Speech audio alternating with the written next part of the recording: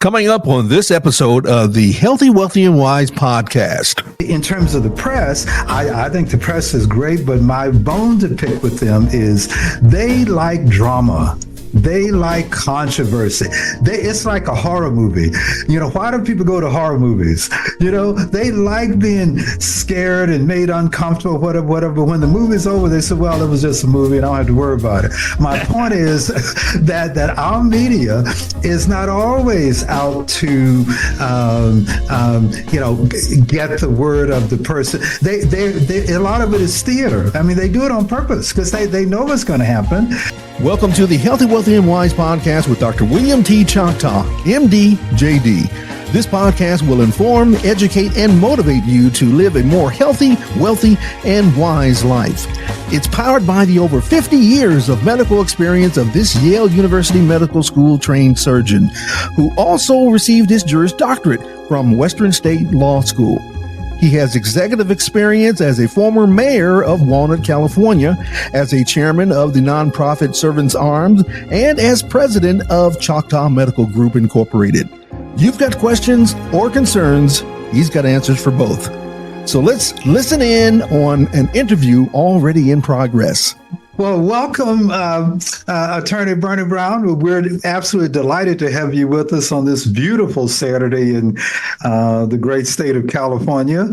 And as many of you know who've been following the Healthy, Wealth, and Wise podcast, Bernie is our legal scholar, among other things. Mm-hmm. And so we frequently bring him in to educate us.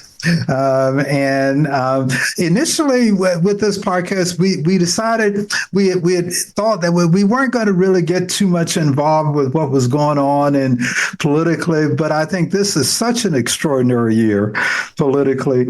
I think being a leadership type of masterclass, we would be remiss in our duty to our listening public not to at least have some experts like Brother Brown come in and discuss stuff with us and at least go over some of the basic types of things that are happening in our country.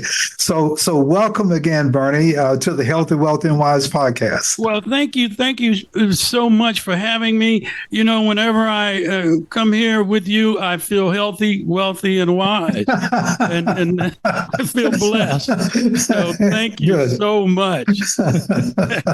I guess today we're going to talk about the threat to democracy. Yes. Oh, man.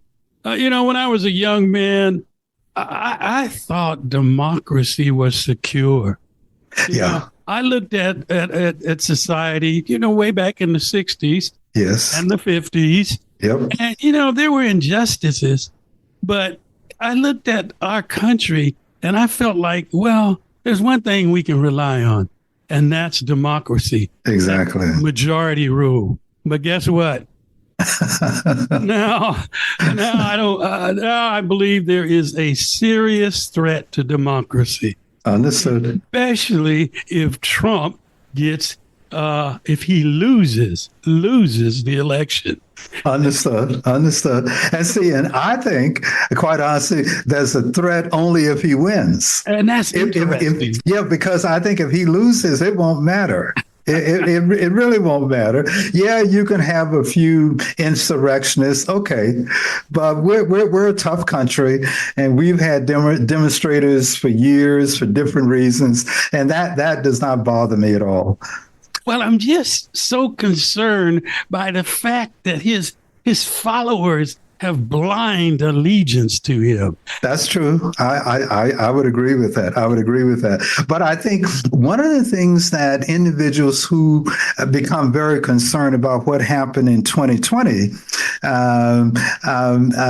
don't mention a lot of times is that he was president in 2020. When all of those folks were invited to the Capitol and to demonstrate whatever, he was president then. He's not president now.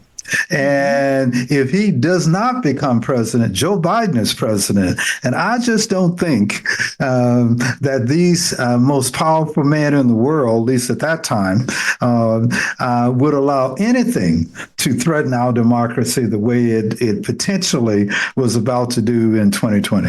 Oh, I love your faith. Faith in man, faith in God. It's all beautiful. But as an attorney, you can say you're looking at the real world. I don't know. It just, and I look at how they are so committed to him. You know, they stormed the Capitol. And his followers are willing to go to jail for him, to go to prison. And most of them are. Most of them have gone to jail. Yes. But the interesting thing is he didn't go to jail. Well, that's a different issue, but we're working through that.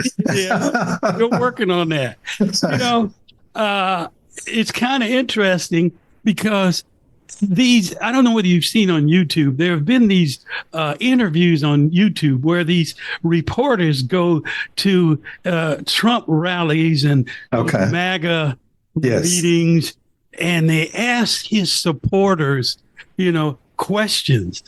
And they'll say things to them.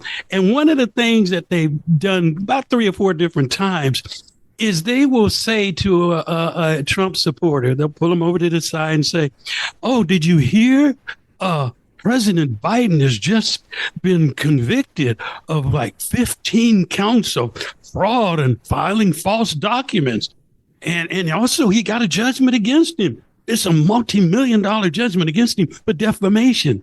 And these people will say, they will say, "Well, yes, he's corrupt. We've always known he's corrupt. It's terrible. The man, he's a fraud, and he's terrible. He's crooked." And they'll go on and on and on. And then the reporter will say, "Oh, I'm sorry. I made a mistake." Trump, who got those convictions and got the judgment against him. And do you know what in every case, do you know what they do? What?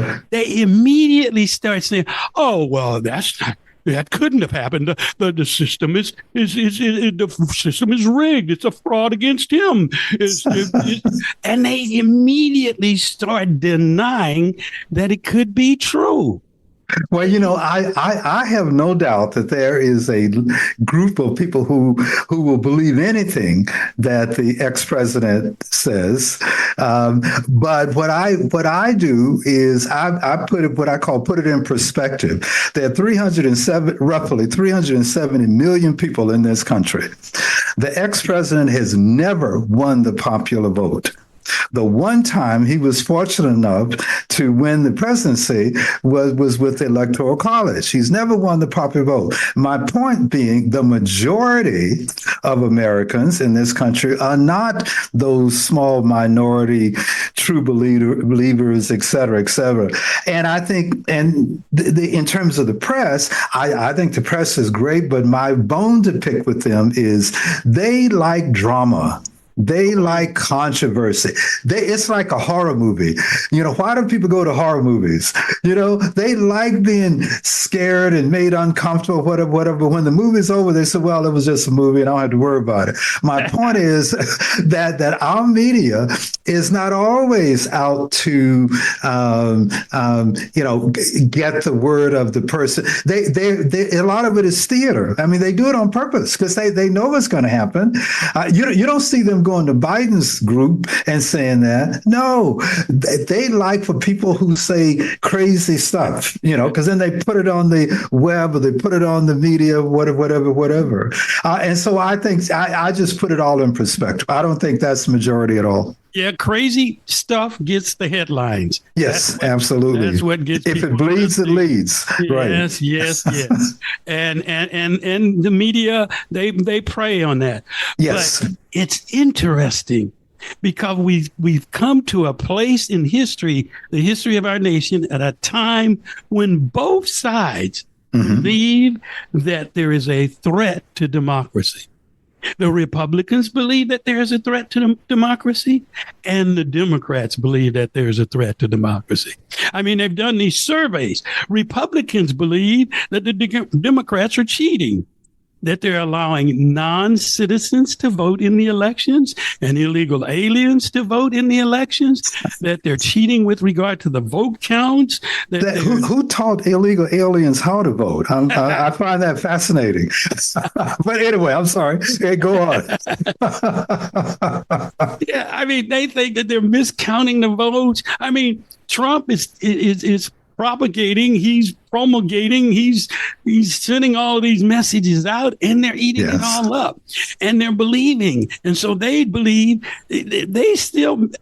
A mass majority of Republicans still believe that the 2020 election was stolen from Trump. See, I think that's the mass majority of MAGA Republicans. I don't think that's what the majority of Republicans believe. I used to be a Republican. I used to call myself a Colin Powell Republican, or a W.H. Bush Republican. So my point is, a lot of my Republican friends are not MAGA, and I would argue that that MAGA is probably a minority of the overall Republican Party. The problem is that minority keeps silent. They don't say anything. They won't talk to the reporter who comes to talk to them. So you don't know who they are. But I don't think the MAGA Republican is the majority of the Republican Party. Yeah, it's interesting, and that you make a strong case. The interesting point is that with regard to the polls, the national polls still show that this man, who is a convicted felon, is still leading in many of the polls. Yes. Still has the great potential to be elected as president. But it's important to keep in mind that lead is decreasing. I follow the polls daily, and that lead is decreasing. Kamala Harris has only been the nominee for about a month. That other guy has been around for years. So my point very simple is she's closing fast. Closing fast. Well, no, go ahead. No, go ahead. Well, it's an interesting comparison because at some point Hillary Clinton was ahead and everybody thought she was going to. I mean, it was like a foregone conclusion. Hillary Clinton is going to win this race. And we were all sitting there thinking that it was a done deal. And then, boom, he slipped right through it. And a couple of things happen. No, you bring up an excellent point. A couple of things happening why Hillary is not Kamala. And one of those things is, I think that there may have been some overestimation about Hillary. She's the Secretary of State and the ex-president's wife, et cetera, et cetera, et cetera.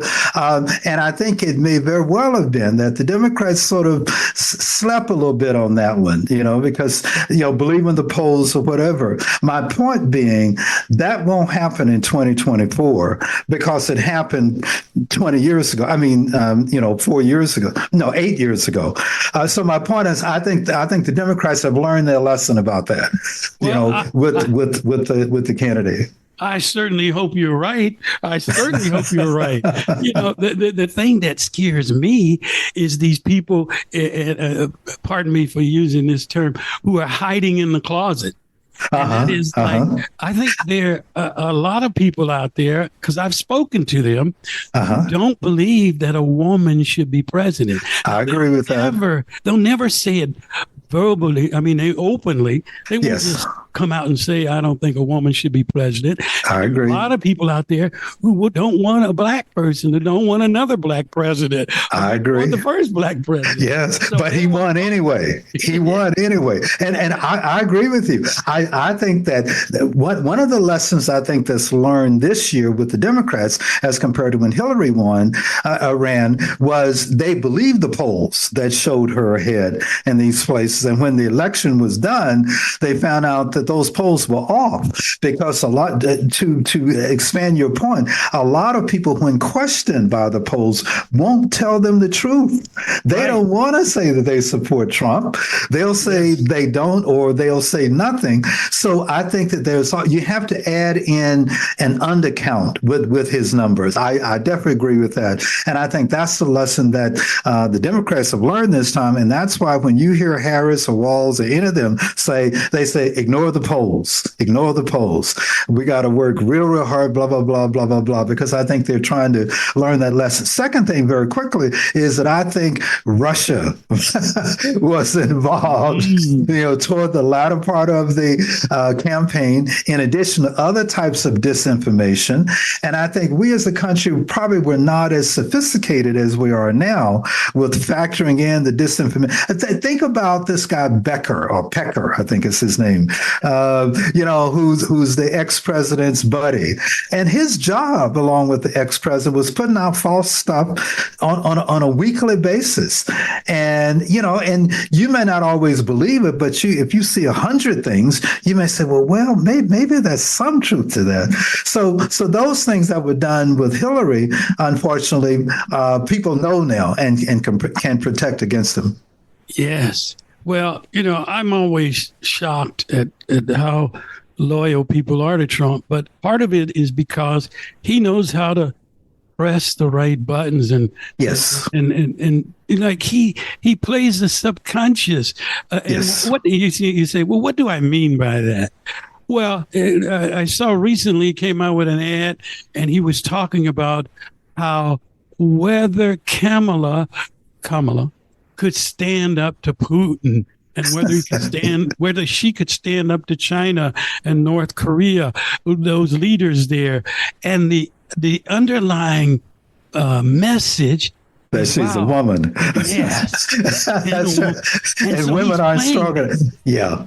Well, I think misogyny will always be with us after Kamala is president, just like racism has always been with us and is with us after Obama became president. My point, very simple, is some of those folks will never change, and that's okay. But they're in such a small minority that it doesn't matter. We will pray for them and move on. Thank you for listening to the Healthy, Wealthy, and Wise podcast with Dr. William T. Choctaw, MD, JD. You can listen again to this and any of the previous episodes. Leave a comment or pose questions to the doctor by going to www.thwwp.com.